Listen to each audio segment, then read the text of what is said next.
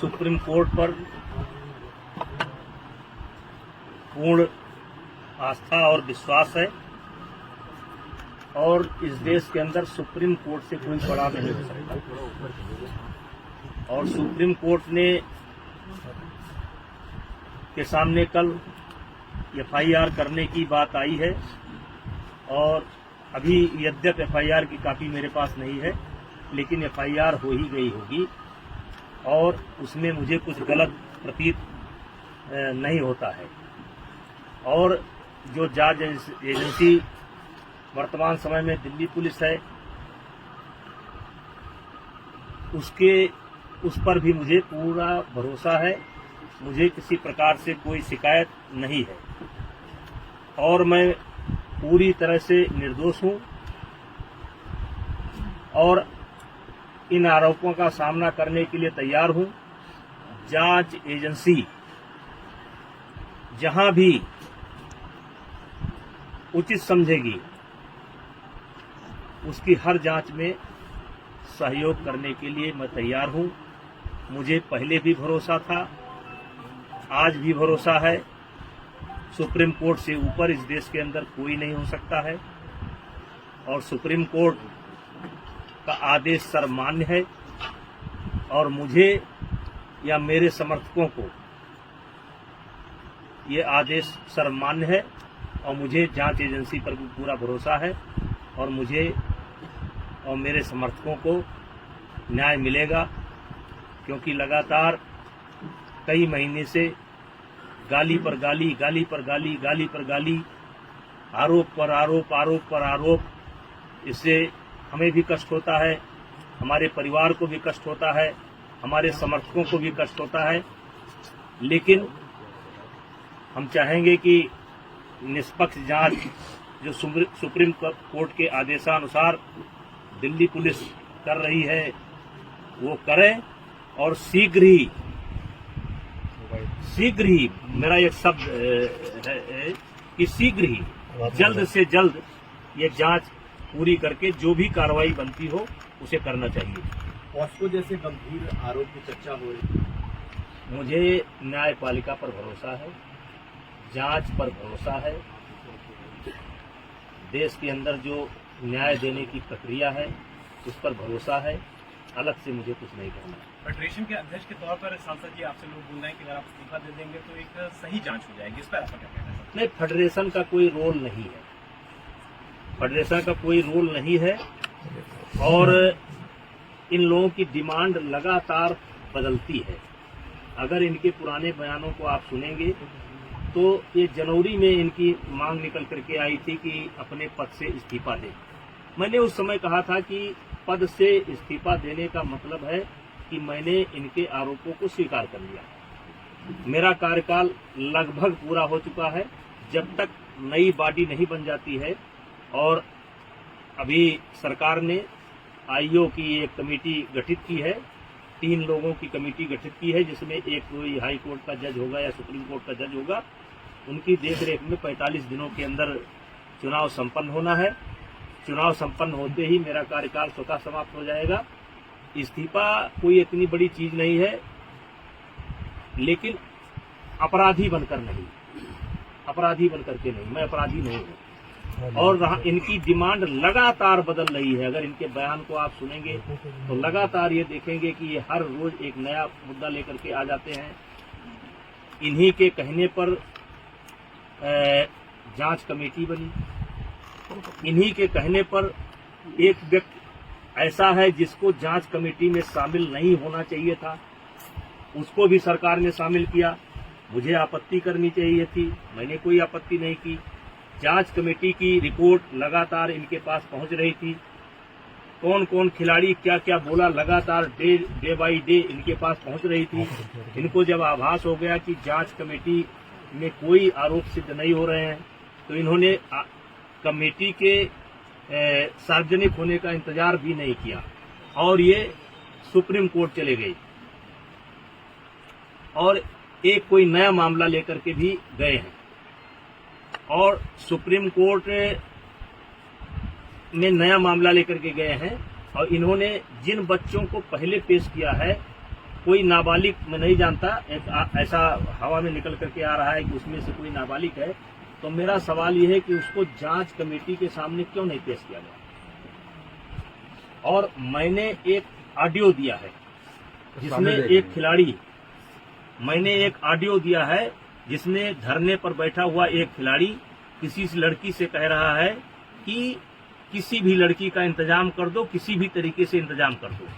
मतलब ये 4-4 महीना मेरे खिलाफ लोगों को उकसाएंगे, भड़काएंगे, सबूत इकट्ठा करेंगे और फिर 3 महीने बाद एक ले जाकर के फिर किसी न किसी को पेश कर देंगे। चलिए, मुझे उस पर भी कोई आपत्ति नहीं है, ये काम जांच एजेंसी का है, वो जांच एजेंसी अब काम करेगी। लेकिन हमने तो लगातार सरकार के फैसले का सम्मान किया और ये लगातार इसका उल्लंघन कर रहे हैं। रोज रोज ये नई डिमांड लेकर के आ जा रहे हैं। अब जांच एजेंसी की रिपोर्ट सार्वजनिक होने का इनको इंतजार करना चाहिए। फिर ये धरने पर बैठ गए। अब धरने पर बैठ गए, पहले इनकी मांग थी एफआईआर की जाए। चलिए भाई, इनकी मांग स्वीकार हो गई, अब एफआईआर हो गई। अब इनको चाहिए, अब कहते हैं कि जेल के अंदर होना चाहिए, सारे पदों से इस्तीफा देना चाहिए। तो ये जो मेरे पास, मैं लोकसभा का सदस्य हूँ, ये पद मुझे विनेश फोगाट की कृपा से नहीं मिला है, हमारे क्षेत्र की जनता ने मुझे दे रखा है। और एक बार नहीं, 6 बार दे रखा है। 6 बार मुझको दिया, मेरी पत्नी को दिया, और उनको उनकी कृपा पर नहीं है। और कुश्ती संघ का अध्यक्ष पद भी उनकी कृपा पर नहीं है। मैं चुनाव लड़कर के जीता हूँ। और आपके माध्यम से आप सवाल पूछेंगे तो मैं कहना चाहता हूँ, एक ही परिवार और एक ही अखाड़ा क्यों? हरियाणा के अन्य खिलाड़ी क्यों नहीं? हिमाचल के, महाराष्ट्र के, मध्य प्रदेश के, केरला के, कर्नाटका के, तमिलनाडु के, बंगाल के, आसाम के, देश के अन्य प्रांतों के खिलाड़ी क्यों नहीं? 12 साल से लगातार इनके साथ यौन उत्पीड़न होता है, केवल इनके साथ। वो यौन उत्पीड़न देश के अन्य खिलाड़ियों के साथ क्यों नहीं होता है? केवल एक ही अखाड़ा और एक ही फैमिली, एक अखाड़ा एक फैमिली। बाकी हरियाणा का 90% खिलाड़ी और 90% गार्जियन ब्रजभूषण सिंह के साथ है। क्योंकि मैंने काम किया है, मैंने खेल को जहां तक सेवा दे सकता है ईमानदारी से सेवा दिया है। और इसीलिए आज देश का एक, जबकि इन्होंने कोई कसर नहीं छोड़ी है, इन्होंने कोई कसर नहीं छोड़ी है कि कोई निकल करके आ जाए। लेकिन एक सवाल मैं मीडिया के माध्यम से, आपके माध्यम से रखना चाहता हूं कि 12 साल से इनके साथ ही हो रहा है, एक अखाड़ा एक फैमिली। और इस 12 साल में भी एक बार भी ये शिकायत लेकर के ना तो खेल मंत्रालय में गए हैं, ना किसी पुलिस स्टेशन पर गए हैं, ना कभी फेडरेशन में आए हैं। और यही खिलाड़ी आंदोलन के 15 दिन तक पहले इनकी वीडियो सुन लिया जाए, इनका ऑडियो सुन लिया जाए, और ये जो है हमारी तारीफ करते थे। ये जो खिलाड़ी आज धरने पर बैठे हैं, ये अपने शादी में मुझे क्यों बुलाते थे? फिर जोड़े में होकर के मेरा फोटो क्यों लेते थे? मेरा आशीर्वाद क्यों लेते थे? लेकिन मैं एक संवैधानिक पद पर हूँ, मेरी एक बोलने की मर्यादा है, उस मर्यादा के तहत मैं बोल रहा हूँ। अब मामला सुप्रीम कोर्ट के पाले में है, दिल्ली पुलिस के पाले में है, जो भी निर्णय करेगी हम मुझे उसी। इस साजिश के पीछे कौन लोग हैं? सांसद जी, साजिश के पीछे कौन लोग हैं? आखिर आपको इसके पीछे क्या दिखता है? कौन है वो? एक फैमिली, एक अखाड़ा, और इसके पीछे कौन? अखाड़े का नाम क्या है? देखिए, मैं शुरू से कह रहा हूँ, इसमें एक उद्योगपति का हाथ है, कांग्रेस का हाथ है। मैं शुरू से इस बात को बोल रहा हूँ। एक उद्योगपति, मैंने नाम नहीं बोला है कौन सा उद्योगपति, देश के कुछ उद्योगपतियों का इसमें हाथ है जिनको मुझसे कष्ट है, और कांग्रेस का हाथ है। शुरू बोला था और आज दिखाई पड़ गया कि किसका हाथ है। जब इनकी मांग मान ली गई, एफआईआर दर्ज की गई, जांच तरीके से कहिए कि कार्रवाई शुरू हो गई, तो तब आप क्यों नहीं जा रहे हैं? अब क्यों मोदी जी के खिलाफ बोल रहे हैं? अब क्यों खेल मंत्रालय के खिलाफ बोल रहे हैं? अब क्या जरूरत है? पप्पू यादव को बुलाने की क्या जरूरत है? केजरीवाल को बुलाने की क्या जरूरत है? वो कोई रिटायर गवर्नर है, क्या नाम उसका, सतपाल मलिक को बुलाने की क्या जरूरत है? प्रियंका गांधी जी को तथ्य मालूम नहीं है। जिस दिन प्रियंका गांधी जी को तथ्य मालूम होगा कि दीपेंद्र हुड्डा ने कहाँ ला करके मुझे फंसा दिया, उस दिन उनको मालूम पड़ेगा। ये जांच की रिपोर्ट आएगी तब उनको मालूम पड़ेगा गलत जगह पर फंस गए। आज जो कांग्रेस की दुर्गति हो रही है ना, इसीलिए हो रही है। कभी वो सर्जिकल स्ट्राइक पर सवाल उठाएंगे, कभी एयर स्ट्राइक पर सवाल उठाएंगे, कभी कोरोना पर सवाल उठाएंगे। अब पूरा मामला पता नहीं क्या जंतर मंतर पहुंच गए। जांच का इंतजार कर लेते, दिल्ली पुलिस की रिपोर्ट का इंतजार कर लेते, तब जंतर मंतर पहुंचते। सांसद जी, राजनीतिकरण हो रहा है, आम आदमी पार्टी पहुंच रही है। तो जैसे कह रहा हूं कि ये खिलाड़ियों का धरना नहीं है, ये कुछ षड्यंत्रकारी लोग हैं जो हमारी पार्टी को नुकसान पहुंचाना चाहते हैं, जिसमें मुझे मोहरा बना रहे हैं। यानी कि निशाना जरूर आपके ऊपर है, लेकिन लक्ष्य दूसरा है कोई। नहीं, निशाना हमारे ऊपर है, हम बहाना है, निशाना और है, और निशाना आ रहा है। आज देख लीजिए, जैसे जांच कमेटी पर आपने कैसे सवाल खड़ा कर दिया। आपके कहने पर एक ऐसे व्यक्ति को कमेटी में शामिल किया गया जिसको नियमतः नहीं शामिल किया जा सकता था, क्योंकि उसी ने धरने की परमिशन ली थी, और उसके बावजूद भी उसको कमेटी में शामिल किया गया। आपको लगता है सरकार झुकती चली गई है इन लोगों के साथ? यही वजह है कि मांग भी बढ़ती चली गई। अब देखिए, मैं सब चीजों पर नहीं बोल सकता। मामला और सुप्रीम कोर्ट के संज्ञान में है और पुलिस के निगरानी में है, मैं बहुत कुछ नहीं बोल सकता। सांसद जी, सर इसमें आपने एक बात कही थी कि आपने जो ऑडियो थी वो ऑडियो किसको दी है? वो जो एक खिलाड़ी की ऑडियो, जांच कमेटी को। जांच कमेटी कौन खिलाड़ी था ये कोई जरूरी है भाई? जांच कमेटी को दे रखी है। वो लड़कियों से बात करता है कि भाई देखो, कोई लड़की बात कर लो, कोई लड़की किसी भी तरीके से कोई लड़की ले आओ, और ले आए।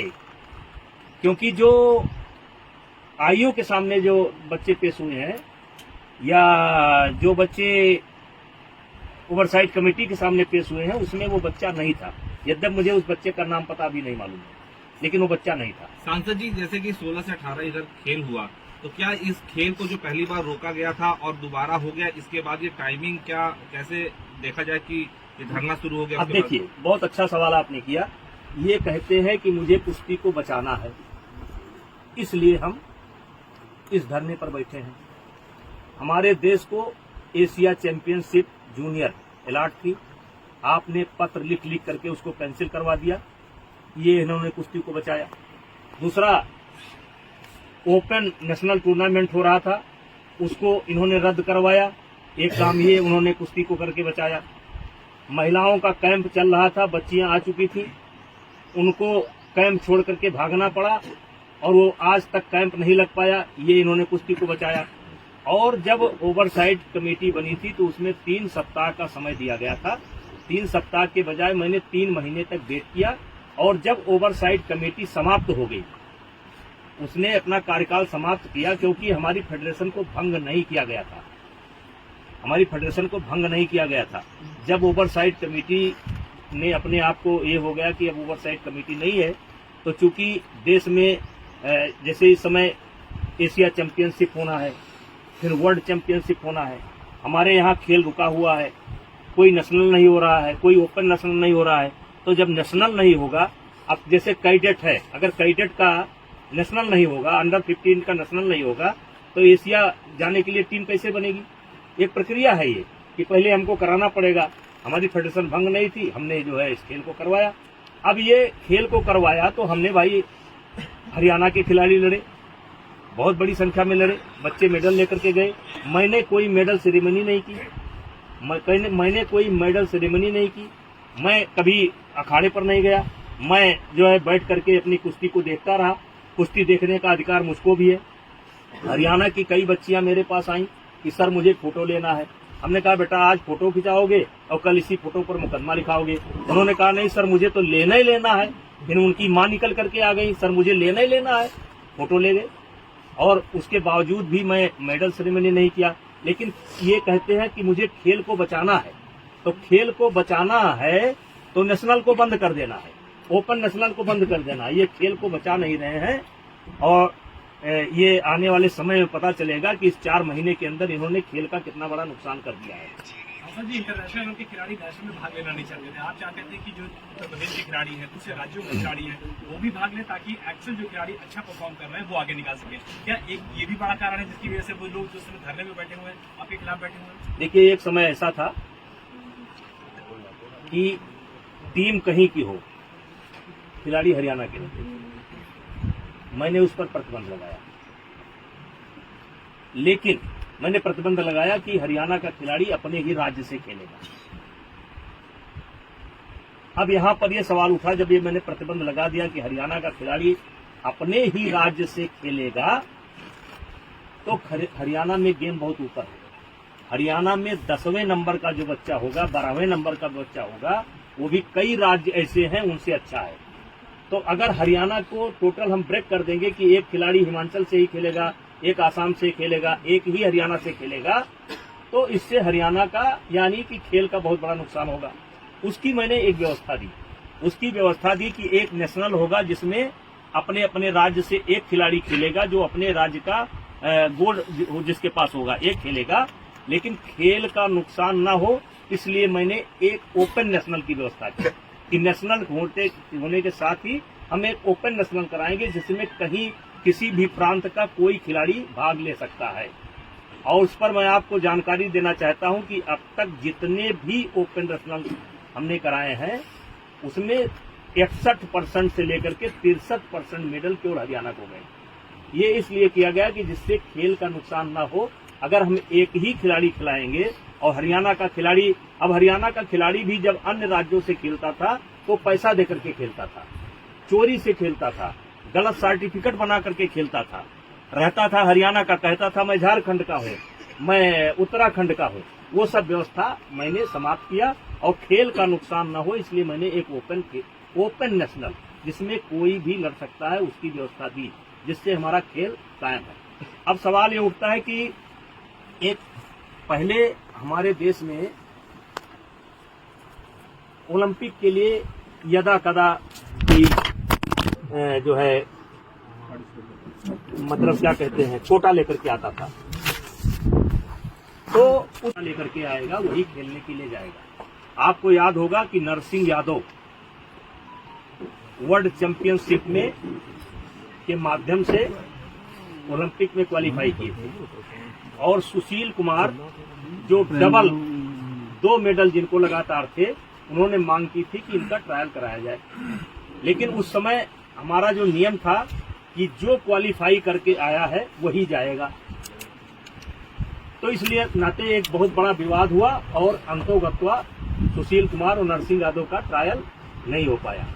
इस बार के ओलंपिक में मैंने महसूस किया कि इस व्यवस्था में परिवर्तन की जरूरत है, क्योंकि कई देश में ये व्यवस्था चल रही है। क्योंकि मान लीजिए कोई रेसलर है जिसने क्वालिफाई किया और वो उसको हल्की फुल्की चोट आ गई या उसकी थोड़ी तबीयत खराब है, तब भी वो नहीं बताता है कि हमारी तबीयत खराब है, तब भी वो नहीं बताता है कि हमको चोट है, क्योंकि मेडल नहीं आएगा तो ओलंपियन कहे जाएंगे।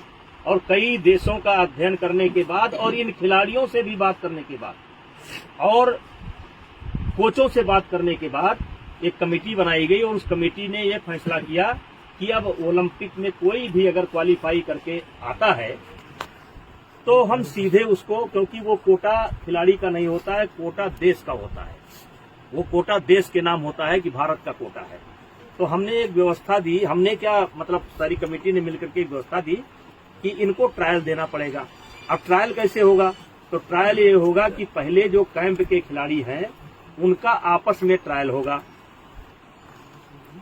और जो उस समय फर्स्ट आएगा 4-6 दिन के बाद हफ्ता व्यवस्था दी जाएगी, 1 हफ्ता के बाद जो देश में फर्स्ट आता है और जो क्वालिफाई करके आया उसके बीच में इनका एक मुकाबला होगा। अगर जो क्वालिफाई करके आए हैं अगर ये उस बच्चे को हरा देते हैं तो इनका कोटा कंफर्म हो जाएगा। बाई चांस ये कुश्ती हार जाते हैं तो चूंकि ये क्वालिफाई करके आए हैं तो 15-20 दिन के बाद इनको एक मौका और मिलेगा उस बच्चे को हराने को।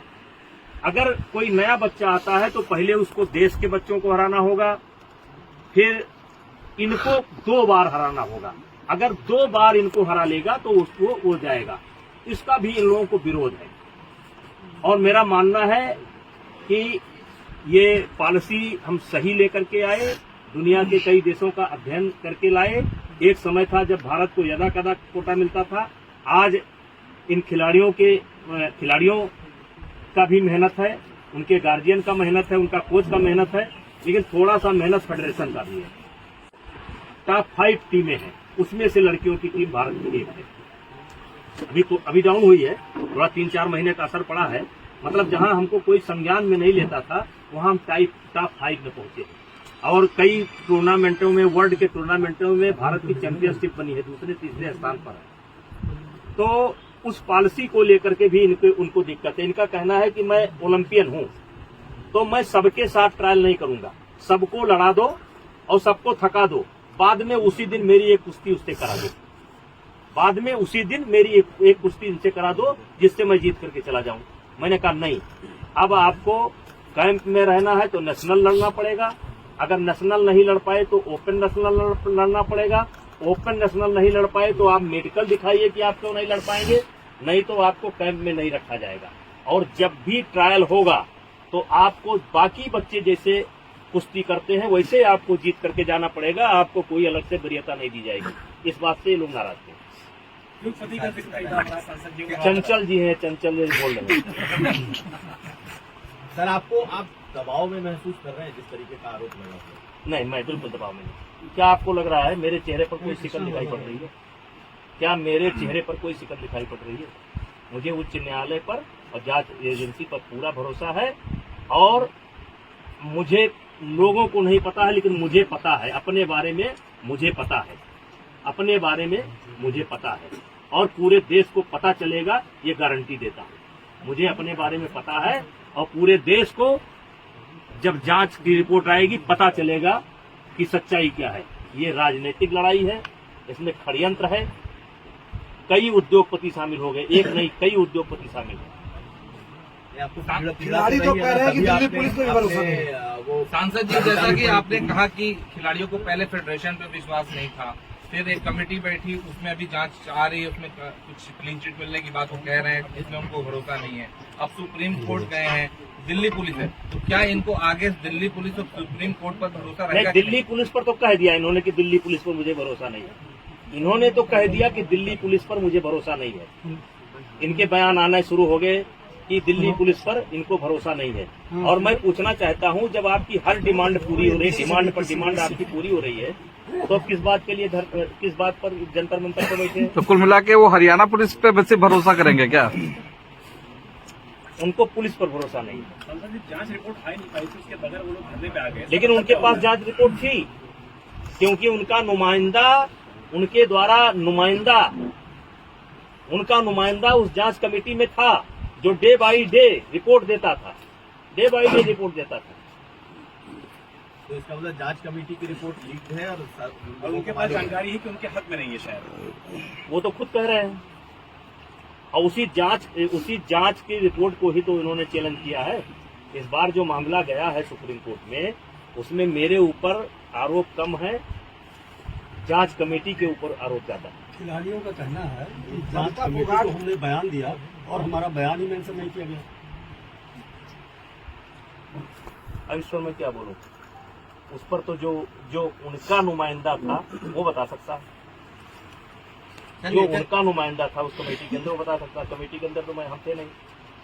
नेता, ये इन परिस्थितियों में कविता आपकी जो वायरल हुई है उसका क्या करना है? कविता जो आपकी वायरल मेरी कविता जो थी उसमें कविता यही थी कि जिस दिन जीवन के हानि लाभ पर उतरूंगा, मतलब जिस दिन मैं अपने जीवन के हानि लाभ क्या खोया पाया समीक्षा करूंगा, और जिस दिन संघर्षों में जाली लग जाएगी, जिस दिन मुझको लगेगा कि अब मेरे संघर्ष करने की क्षमता समाप्त हो गई है, जिस दिन जीवन की लाचारी मुझ पर तरस दिखाएगी, जिस दिन मैं लाचार बन जाऊंगा, बेबस बन जाऊंगा, बेचारा बन जाऊंगा, तो मैं चाहूंगा कि ऐसी जिंदगी मैं न जीऊं।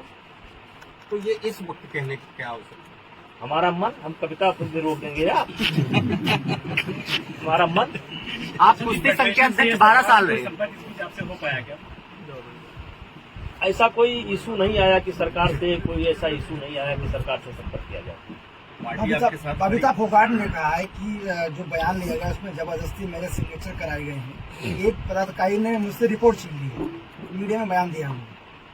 खेल मंत्री का बयान आ चुका है, इस पर मुझे कुछ कहना नहीं है। और बबीता फोगाट कौन है आप जानते हैं। आप कुश्ती संघ के अध्यक्ष 12 साल रहे। आपके नेतृत्व में कुश्ती संघ ने तमाम देश विदेश में मेडल जीते।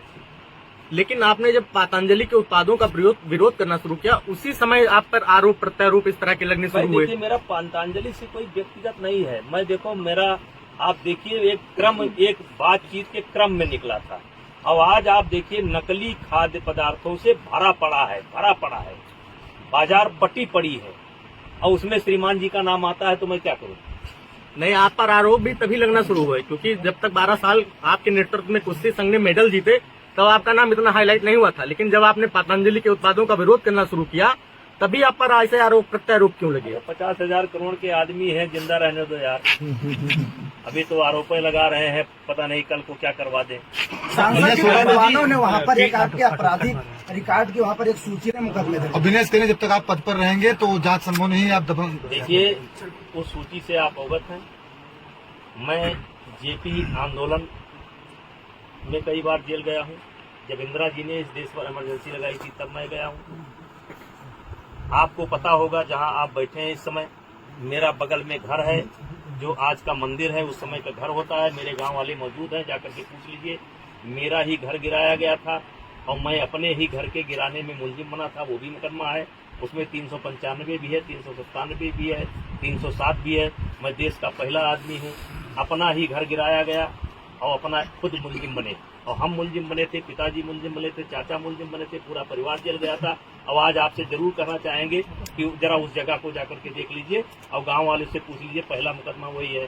फिर जेपी आंदोलन, फिर राम जन्मभूमि आंदोलन, फिर जो है स्कूल कॉलेज के अंदर कुछ मुकदमे लगे, तो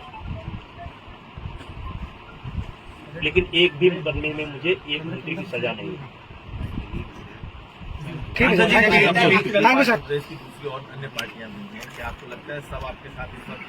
देखिए, उत्तर प्रदेश की जो अन्य पार्टियां हैं, जैसे विशेष करके समाजवादी पार्टी, जहां आपका इशारा है, समाजवादी पार्टी के नेता हैं अखिलेश यादव। वो मुझे बचपन से जानते हैं, और ज्यादातर जो पहलवान हैं उत्तर प्रदेश के अंदर, क्योंकि एक ऐसे समाज से आते हैं जो समाजवादी विचारधारा से ज्यादा ताल्लुक रखते हैं। आप कह सकते हो कि अगर देखा जाए तो पहलवानों में उत्तर प्रदेश के अंदर अगर 10,000 बच्चे पहलवानी करते हैं तो 8,000 ऐसे बच्चे हैं जो समाजवादी परिवार से हैं, और उनको सबको पता है कि हमारे नेताजी कैसे हैं। समाजवादी पार्टी के हर नेता को पता है कैसे हैं। उत्तर प्रदेश के हर नेता को पता है, कांग्रेस को भी नेताओं को पता है कि नेताजी कैसे हैं। सबको पता है, सब एक दूसरे को जानते हैं। देवरिया से लेकर के श्री लखीमपुर से, और सब जानते हैं एक दूसरे को कि कौन क्या है। और मैं धन्यवाद करूंगा उनका, सबका, अखिलेश जी का धन्यवाद करूंगा। क्यों नहीं धन्यवाद करूंगा, जब प्रियंका गांधी बिना सोचे समझे बैठ करके आरोप लगा रही है। और कांग्रेस के भी जो लोकल नेता हैं वो भी मुझे जानते हैं। वो नहीं करेंगे। ये गुमराह किया गया, प्रियंका गांधी को गुमराह किया गया। आपकी पार्टी खड़ी है सर? देखिए, पार्टी का क्या है, पार्टी का इसमें कहाँ रोल आता है? इसमें पार्टी का कोई रोल नहीं। देखिए, ये जुल्म, ये अपराध मेरे ऊपर लगा है, सामना मुझे करना है। ये इस आरोप से छींटे मेरे ऊपर पड़े हैं, इसमें मुझे निकलना है। ये छींटे साफ करना मेरा काम है, मुझे अपना छींटा स्वयं साफ करना पड़ेगा। इसमें पार्टी का कोई रोल नहीं है। पार्टी, अगर मैं दिल्ली पुलिस मुझे अपराधी बना देती है, मान लेती है, तो पार्टी क्या मदद करेगी मेरी? और अगर दिल्ली पुलिस मुझे छोड़ देती है, कहती है अपराधी नहीं है, तो पार्टी क्यों नुकसान करेगा मेरा?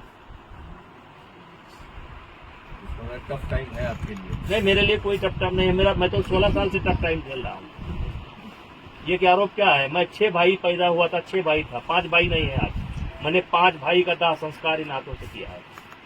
मैंने अपने बाप का दाह संस्कार किया, मैंने अपने बेटे का किया। मैं कोई दबाव नहीं। आप भावुक हो? नहीं, जैसे भावुक, चलिए कहने का मतलब कि मैं सब दुनिया देख चुका हूँ। जो अपने बेटे का दाह संस्कार कर चुका हो, जो अपने भाइयों का दाह संस्कार कर चुका हो, तो उससे बड़ी विपत्ति तो मेरे ऊपर नहीं है ना। उससे बड़ी विपत्ति तो नहीं है मेरे ऊपर। और मैं ऐसी बहुत विपत्ति देखा हूँ। मैं अपने आप को जानता हूँ, मैं अपने आप को जानता हूँ, मैं अपने आप को देख रहा हूँ। और आपसे फिर मिलेंगे, गारंटी के साथ मिलेंगे और साफ सुथरा होकर के मिलेंगे। दावा है मेरा, नोट कर लीजिए।